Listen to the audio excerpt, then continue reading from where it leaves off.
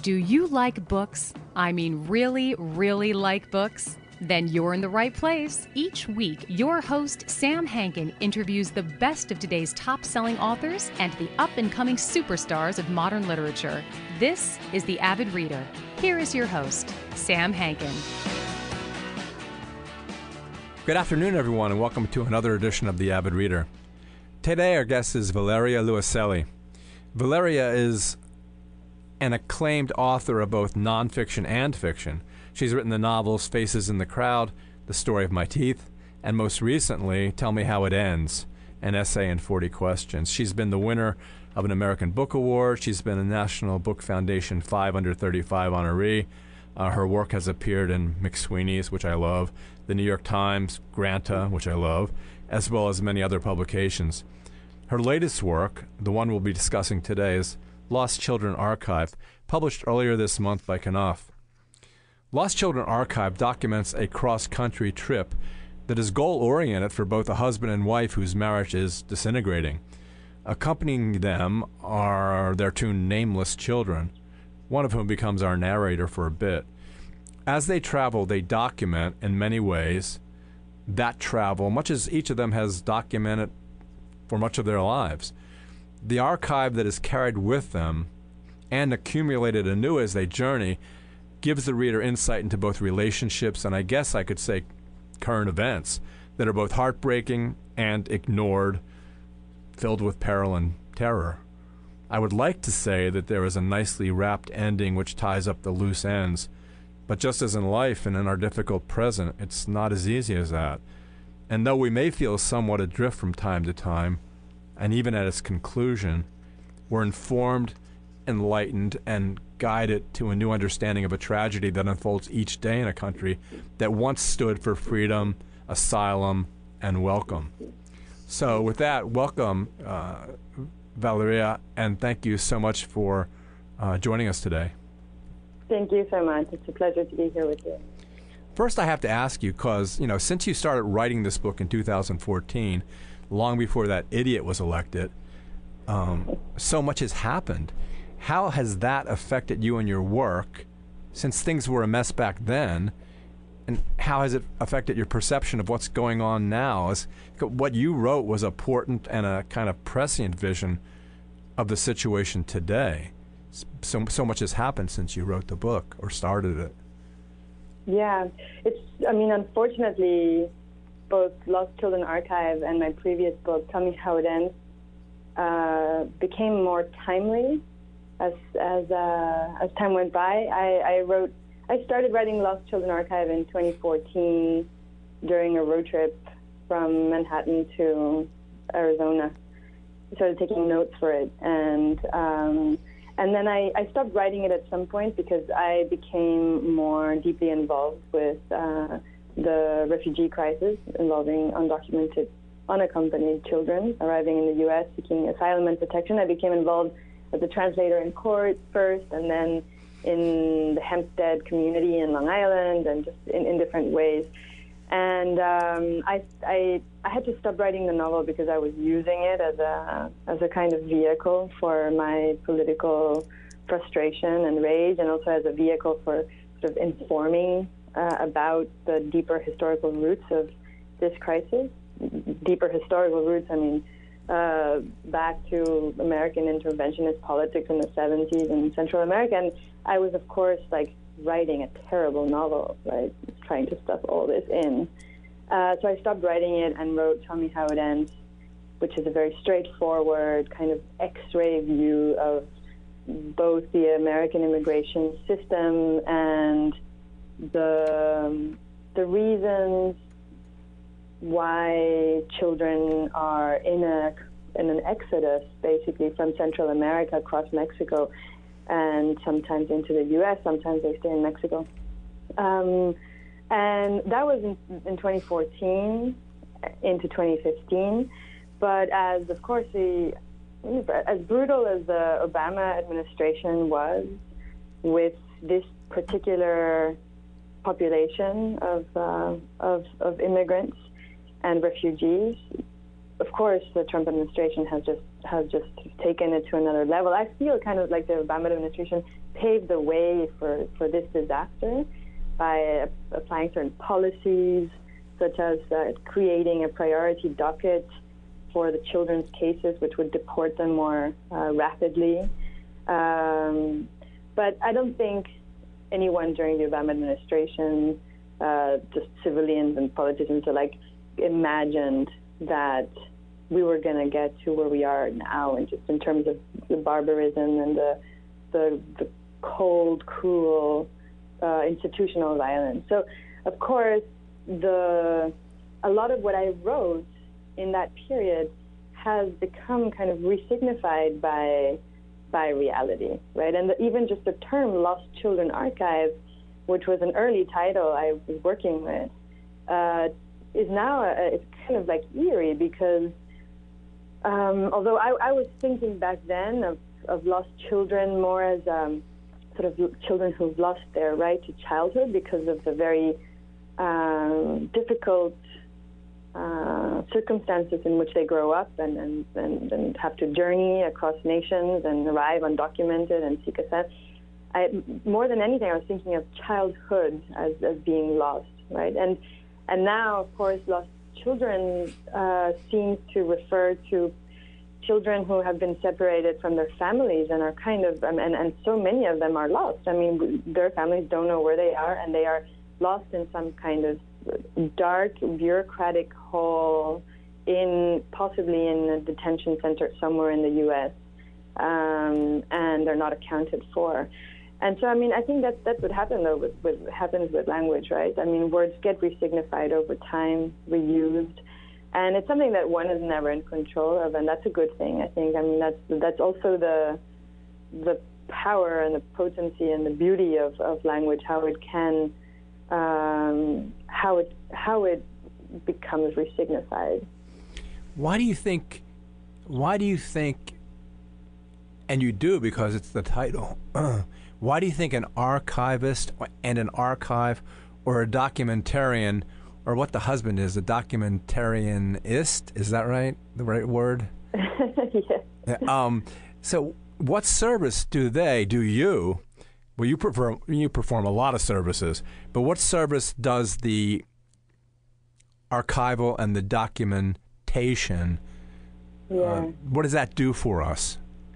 I think that, the husband is a documentarist, and the wife is a documentarian, right? Yeah. I mean, it's like just a wordplay that the boy, their son, uses to say that he's more like a chemist and she's more like a librarian. And I'll leave that interpretation to people, right? I mean, I think that discussing documentation is also sort of discussing the way we look at the world, and we choose to map it out, right? Like what we choose to include and we choose to exclude in the documentation process is already an aesthetic, but also a political stance, right? Mapping in and mapping out parts of the world.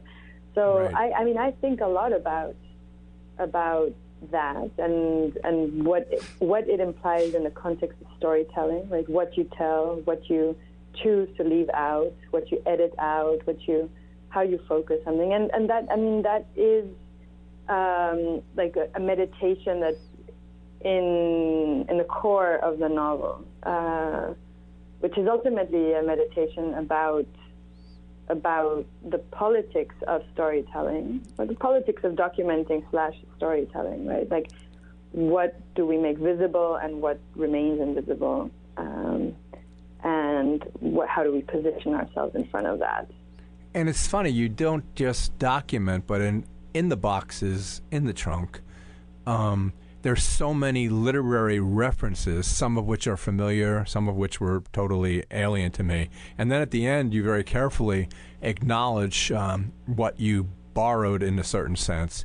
And I wonder why you chose to create such a vast kind of archive of literary references that the reader could then take advantage of. Yeah. Because it's a lot. The way you're phrasing this brought this to mind. I met this amazing scientist not that long ago when I was writing the novel. His name is Martin Chaffee, and he won the Nobel Prize. I think maybe a decade ago or maybe more, for something really astonishing. He discovered that if he how to say it, that human cells are a difficult space to investigate because they are dark spaces, and you have to taint them in order to sort of see outlines of membranes and things like that. But that also just changes some of their structure, and so he was able, with another scientist whose name unfortunately I'm forgetting, isolate whatever it is in bioluminescent, I'm not sure if that's the right word, bacteria that makes them shine. Do you know what I'm talking about? I do. There's something called bioluminescence, and it's bacteria that light up when they're in contact with movement or air. Anyway, so he isolated that particle and placed it inside a cell. And the way he described it to me was kind of like just lighting up a light inside the dark space of a cell that then becomes this kind of visible library, right? This that's so space cool. like full of things that you can read and interpret and understand just by this, like moving in this tiny light inside the space of a cell. And I mean, I bring that image into the conversation, and not only because I find it beautiful and mysterious, but I feel that like a book can also be sort of a place where you move around a little bit in the dark sometimes. It's an entire universe. It's a place where people live, where people die, where people divorce, where people go to the bathroom, where they have sex, but it's also a world that is constructed from all these particles of experience, and that experience often comes, and in my case, definitely so, from other books and other words and other minds.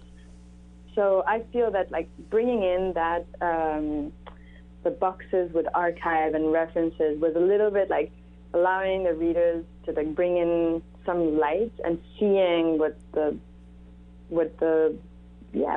library inside that world.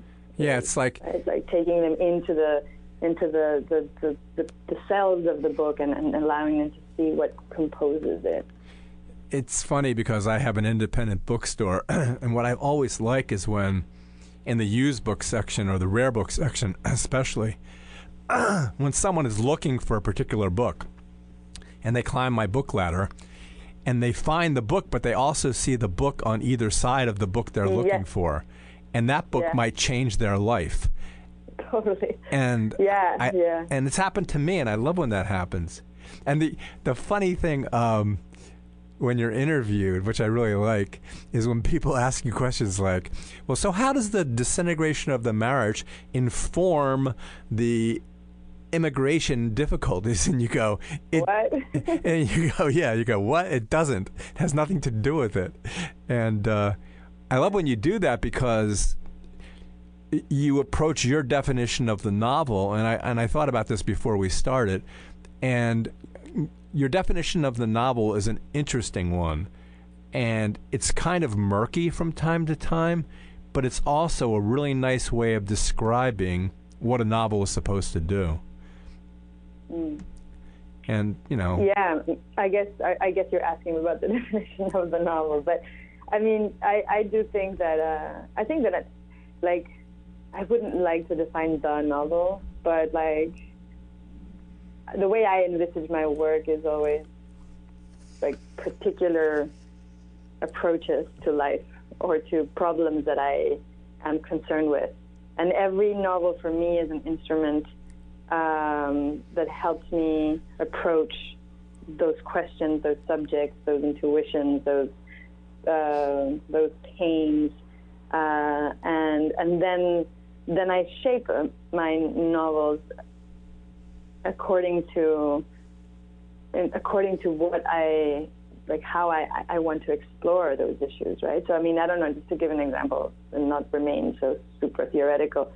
With the story of my teeth, I was interested in investigating the relationship between like workers in a juice factory and that in a juice factory that funded a huge art collection, and also like the problem of like value of things in the chain of in the kind of chain of command, right, from people making juice in a factory to objects in an art gallery, and sort of how value gets added on to things, and what role like money plays in that. And it was a whole knot of problems around value that I wanted to explore. So what I did was I wrote a novel in installments for the workers of the juice factory that they read weekly and then commented and then provide feedback and criticize brutally, etc.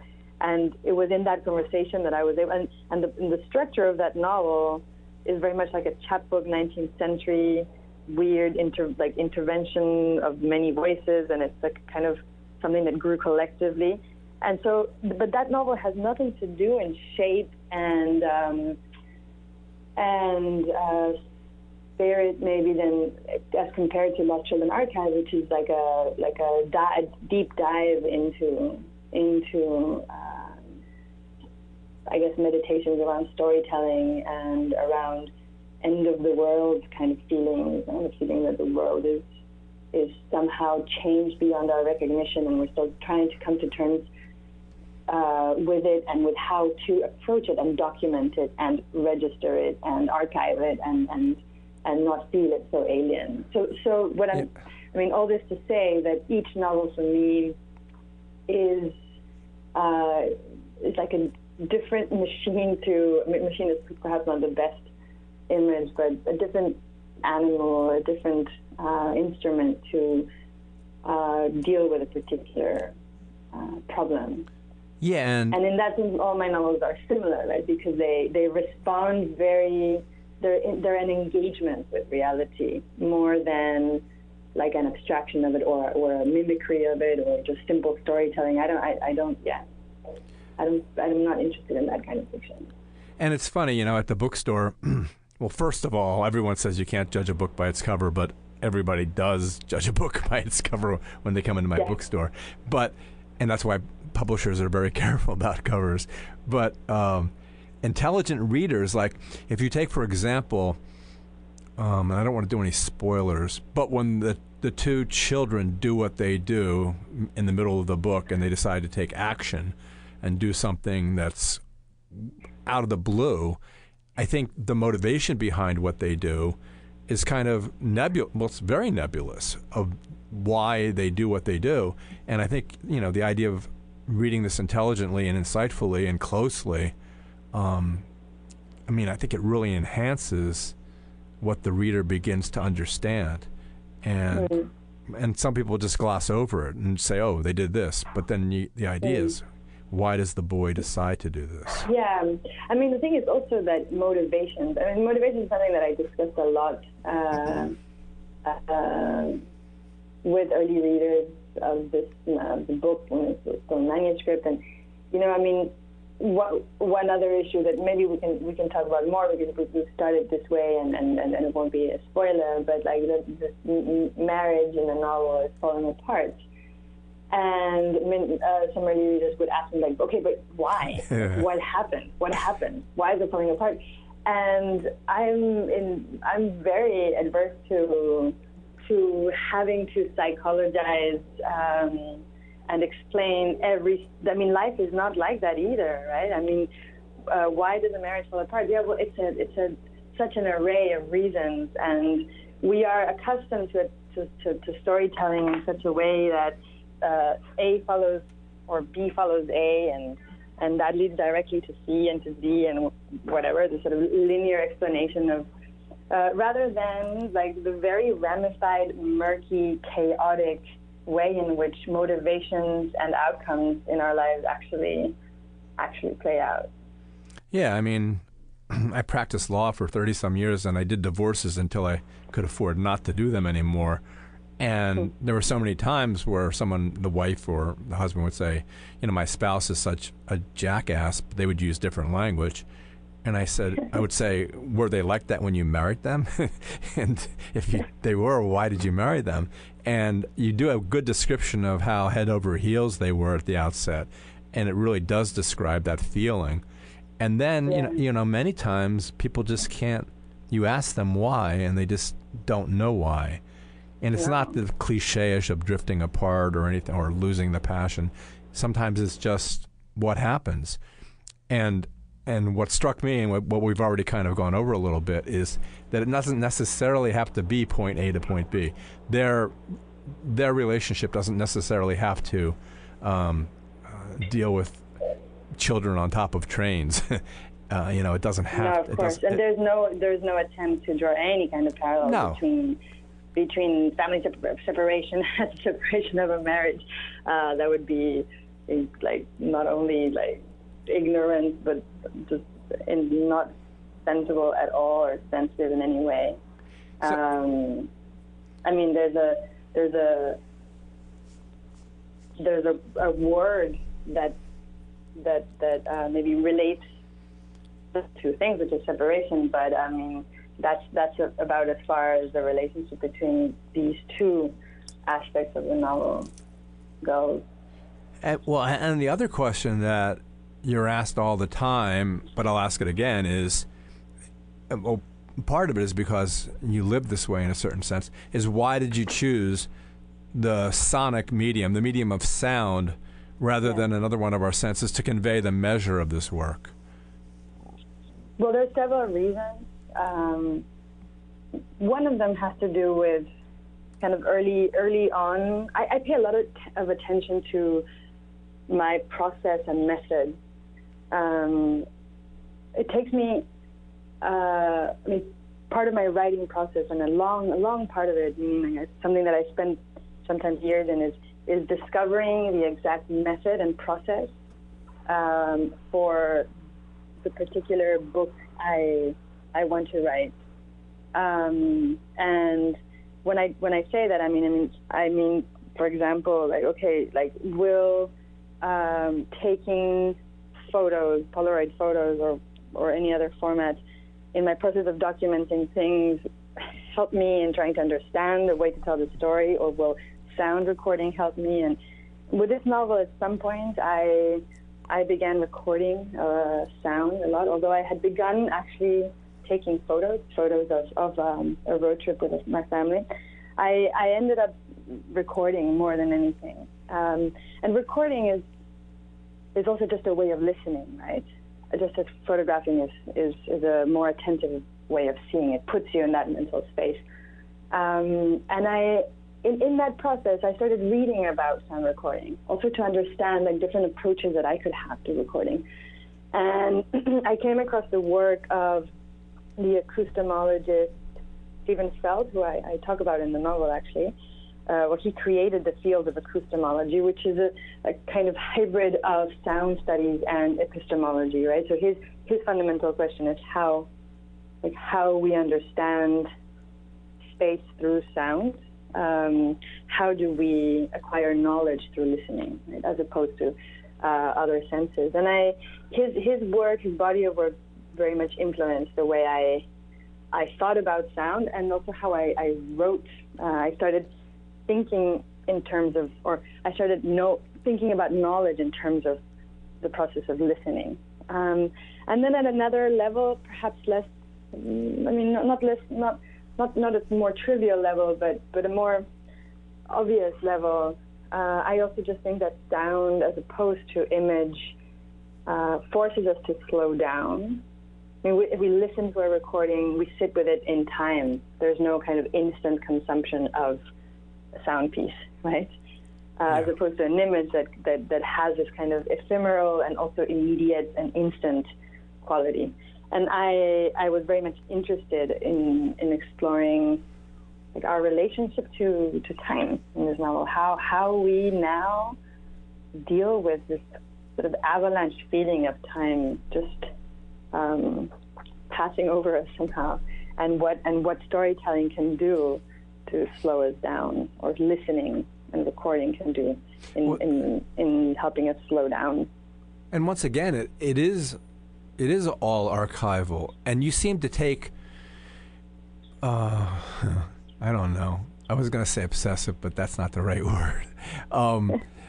It's just the interest in. My brother does the same thing. My brother has taken like 500,000 pictures in his life, 10,000 of which are airplane wings, which I don't know why he does that. But whenever he's a collector, I need to meet him. But whenever you ask him, can you find a picture of Dad when he was like 16? He turns around and he just finds it, and he's like the archivist of our family and of our company. And there is something so valuable about that. And it reminds me of the Polaroids during the book that the boy takes, and also the Polaroids that you show at the end of the book. And then in the beginning of the book, I kind of got angry at you a little bit because I kept thinking, why is everyone nameless? Why doesn't she just give them names? And then as I read further and further, it became much more clear to me why you did that. But since everyone's asked you and it's out there in the reviews and all that, why don't you explain a little? Because I've heard you explain it before, why that was a process that, it's very unusual for a novel, but why that was something you decided was important. I've never had a chance to ask the people that ask me this question over and over, why this is such a concern? Because what is it? Well, it's something you said. You said something about you don't like characters to be full blown, like Athena. Yeah. Right. Totally. Yeah, you said that, and I understand that completely. It's disconcerting when a character doesn't have a name. I wonder, what is it that this? I mean, it's a curiosity because it doesn't seem to me that it's I don't know. I think it's also. Well, I'll let you answer, and then I'll say. Well, yeah, and what I was thinking was, readers like to imagine in their mind. It's like if it's cinematic. I wonder who would play this person in the movie, and it's really hard when they don't have a name for you to attach an image. Yeah. And then you've just given me a really good tool to answer this question in the future too, because one of the things that I'm very conscious about when I write is not imagining cinematically, right? And I think that our imagination has been so colonized by TV and cinema, representation on screen of life, that it's hard for us to imagine if not in that kind of texture, right? And in that not only texture, but also in that kind of narrative framework, right? How things are supposed to be arranged in a particular order to somehow resemble life or be believable or relatable or whatever category we choose. So, I think that, I'm interested at least in a kind of literature that takes us, that forces our imagination to maybe, I don't want to say decolonize itself, it sounds a bit pretentious, but kind of go beyond the normal ways we usually imagine. And not only that, there's, I guess also a more political side to it, which is that giving a name and these characters don't only not have names, but you don't know what color their eyes are, or that the little girl's eyes swell up and get all red around the edges when she's about to cry, but you don't know what color they are. So there's these particularities in the descriptions, but not these generalities that immediately place them in a pigeonhole. No, except for the fact that from the very beginning, that they're both almost precociously intelligent and articulate for their ages. Right, but that doesn't place them in any kind of cultural suffocating space out of which they cannot then exit because they've been framed in a particular way. Well, and because they're so intelligent, they don't understand the way in which their parents act, because the way in which their parents acted many times is illogical, especially for the partially painted father. And people in the reviews have gone, why doesn't she make the father more visible, give him more characteristics. And well, partly because husbands and fathers have talked enough, and I don't know, in the literature that I grew up reading and then also writing, like it was always the male gaze on women, and it's an effort that's worth doing to try to reconfigure the way that we see. Yeah, I know. It's true. Like if you're reading Gabriel Garcia Marquez, you're exactly right. But then if you're reading Water for Chocolate, it's kind of the opposite too. So.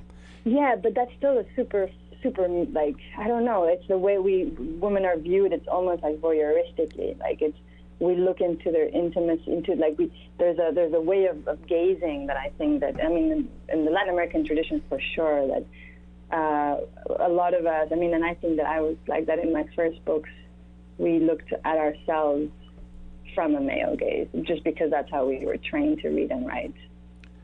Yeah, and the thing about that is because you don't look at it voyeuristically, and again, trying to keep away from spoilers, when you do that litany of autopsy reports, Americans read, that's what they think. They read about one 10-year-old girl, and I'm guilty of the same thing. And then you feel, oh, how horrible that is. But then you stop, and then you go to do your next thing. You don't act upon it, whereas you do. But it's hard. Well, that's the question is, and I meant to ask you this before, is do you feel like things are going to get better? Are you fatalistic about this situation? Do you feel like... No. I mean, I have no idea if things are going to get better. Politically, I mean, I think it's good also not to know. But I mean, I think more than in terms of optimism and pessimism, I think about my work and just my relationship to my work in activism as well, in terms of creating agency through what I do. Because the world is always going to have problems, but I think it's about how we self-educate and equip ourselves to face problems sensibly and with intelligence and with clarity of mind. Why did you decide, one, to make Lord of the Rings by William Golding such an important part of the book, and why did you also decide, almost in a mystical fashion, that every time they try to play it, the first line of Cormac McCarthy's The Road comes up? Well, those are secrets. Why did I decide those things? It's books that resonate in different ways with the story that I'm telling. Yeah, but... and whose echoes... either emotional echoes, more in the case of the McCarthy, The Road, or echoes, sort of more philosophical echoes in the case of Lord of the Flies, would produce sort of against the board, the sort of the resonance board of the novel. Right? So it's, I mean, a lot of books are in conversation in this novel, as you noted earlier, and those echoes for me, because of the problems they talk about, were very present. When I first read Lord of the Flies when I was a kid, and the boy essentially reads it, and the mother gives commentary on it. You know, this is what happens when civilization breaks down. And so it's hard that part of the book, it's hard not to analogize that with what is happening. So then the next question is, are rules, civilization is like, it's like creme brulee. It has, this top part that's kind of burnt and hard, but if you tap it with a spoon, underneath it's all soft and gushy. And it's like civilization is just that top layer. Yeah. And it doesn't take much to go below that. And that's what the mother kind of says.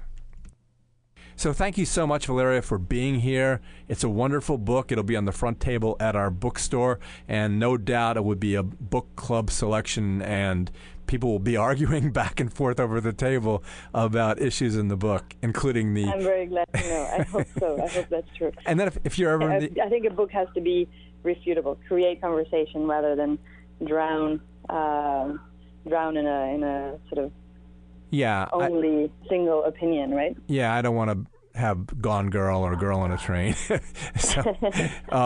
So in any event, thanks so much for being here, and thanks for being so candid about your book. Okay, bye-bye. Thank you so much. Bye-bye.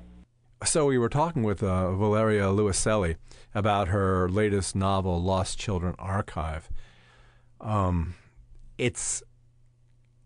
In some ways, it's a difficult novel. In some ways, it's different than most novels you'll read.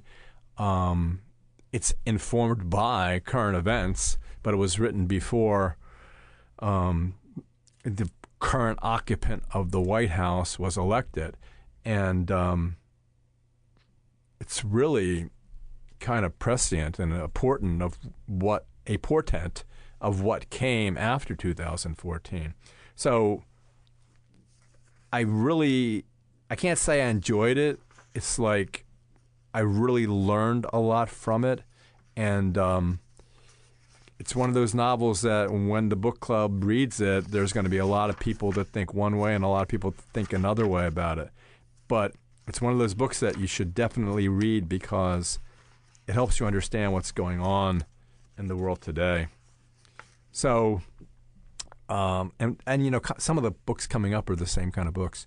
So if you continue to join us, this woman, Chris Kander, she wrote this new novel called The Weight of a Piano, which does the same thing. You know, the piano is kind of the protagonist, and it moves around from place to place, and as it does, it changes the lives of those people who come in contact with it.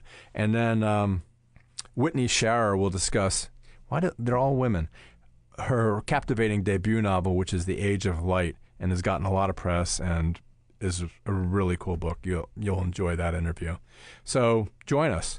And as always, for a complete schedule, you can always just go to wellingtonsquarebooks.com. We have it there.